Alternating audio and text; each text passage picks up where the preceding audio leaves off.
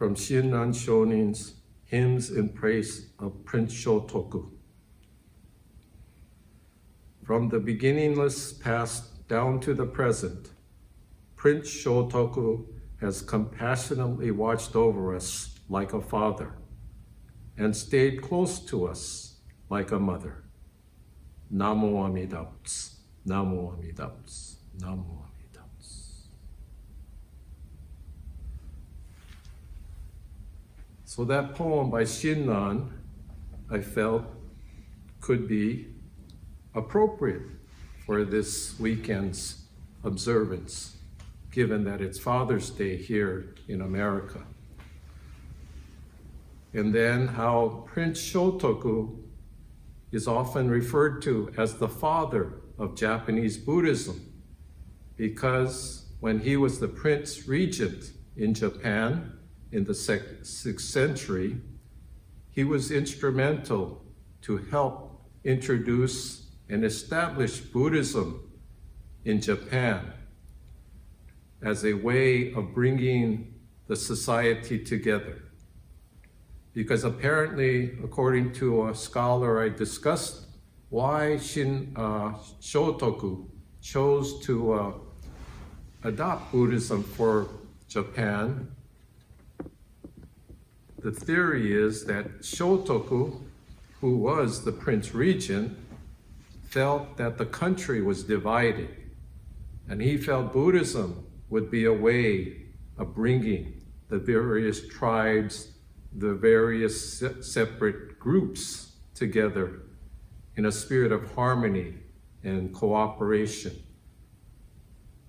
So not only that he was the father of Japanese Buddhism, but the spirit he conveyed to the people by introducing Buddhism, I think would be an appropriate thing for us today who are experiencing and witnessing the separation within our government and within our country. So to come together is the basic spirit that Shotoku cherished, of harmony and peaceful understanding. You'll note that in our altar, the main altar area, we have an altar dedicated to Prince Shotoku, which has been part of our tradition. And here in San Francisco, we're unique in that, in most cases, it's usually a picture portrait of Shotoku, but in our case, we have this actual statue shrine that was donated by the craftsmen that installed and built our altar area. So anyway, for a Father's Day reflection, I thought we could think about Shotoku's spirit of harmony and how we could manifest that spirit of coming together in mutual support, mutual respect, which is, I think, what the protests of today are really trying to encourage and promote, not as a rebellion per se, but as a transformation of our hearts, to realize that we're all human beings. We're all, despite the differences of physical appearances, cultural influences, ideologies, and so forth. The fact is, we are all finite mortal beings. And in that respect, my newest acronym I thought of is Purell. Purell, P-U-R-E-L-L. So I think you're familiar with that name, Purell. That's the name of a popular hand sanitizer.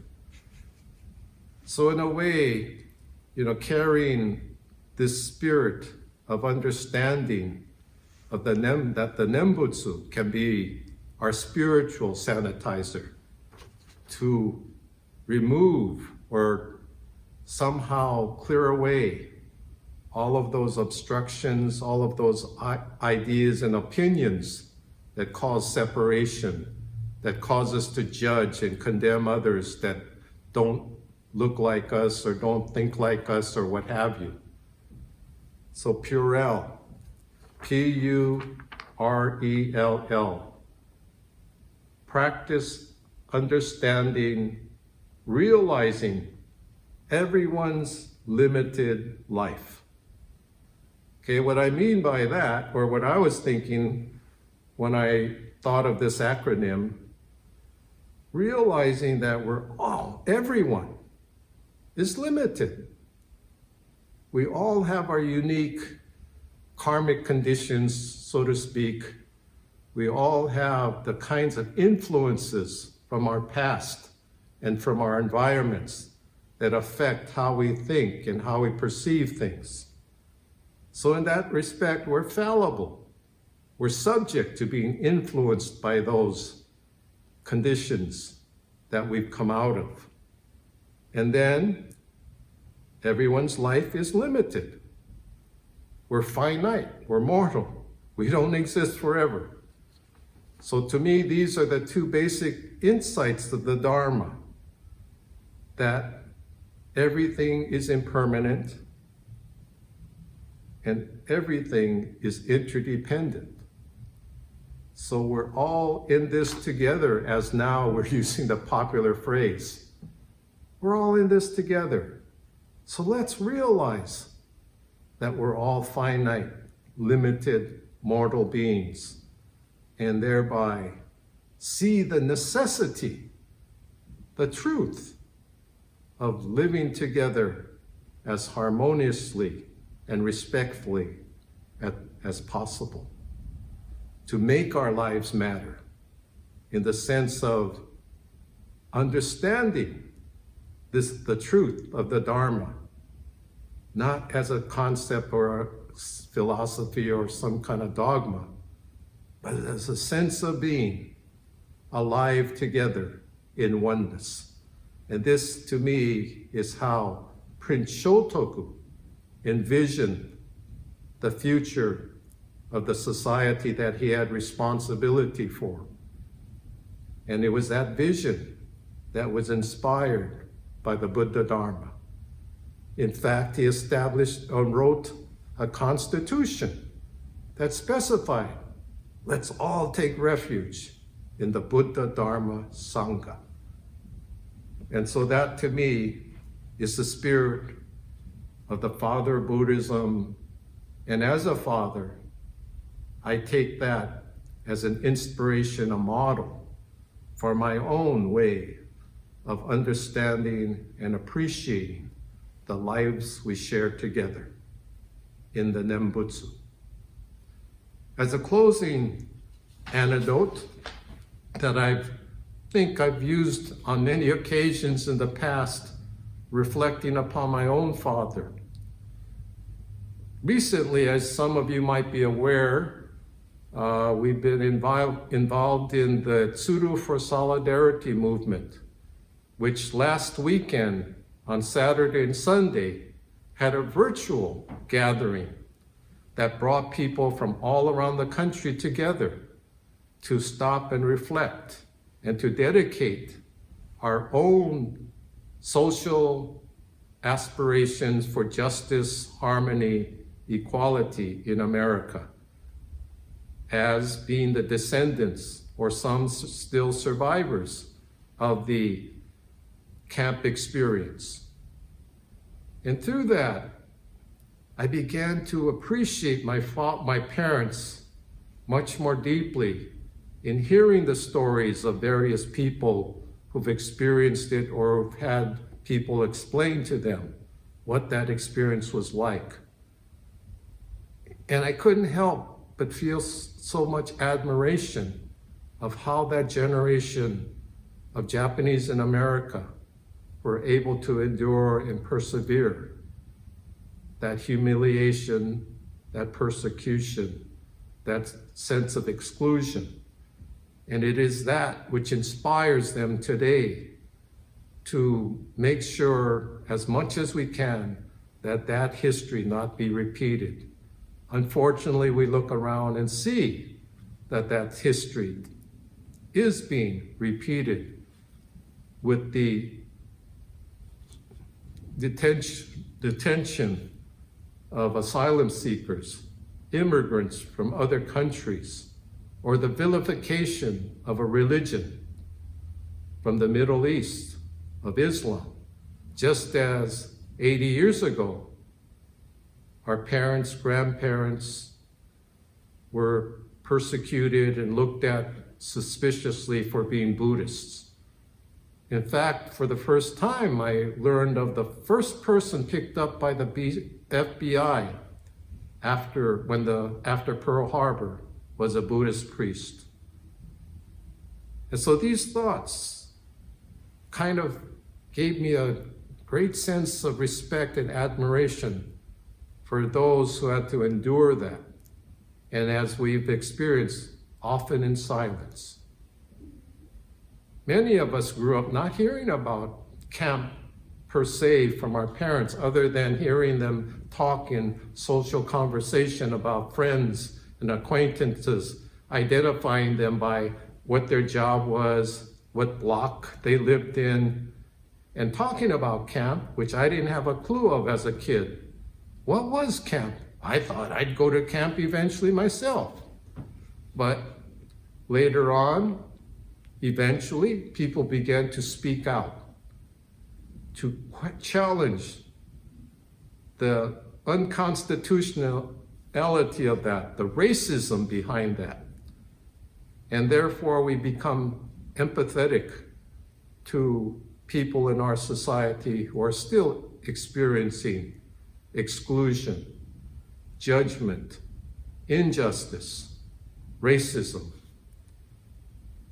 But that was the inspiration for us who are part of the Tsuru for Solidarity movement to begin to bring a voice back that was taken away as a result of the camp experience.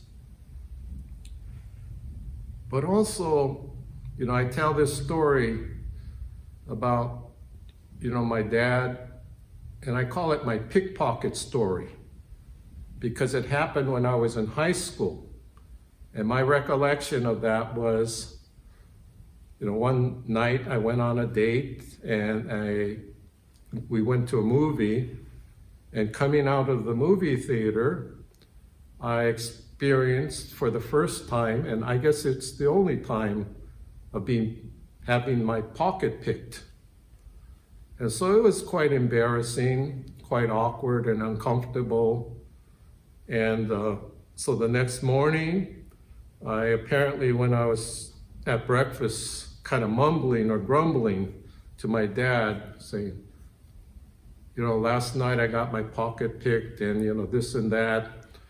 And in the course of that, I must have been saying something like, the guy, whoever picked my pocket must have decided that I looked rich.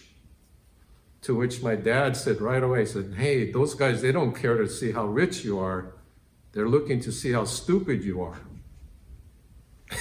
And at that time, that was not the encouragement or response that I was expecting or hoping for. I remember being quite resentful for that comment.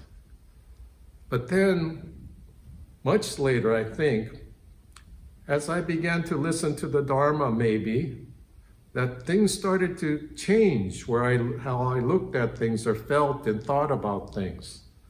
And so finally it dawned on me that comment could be taken as, yes,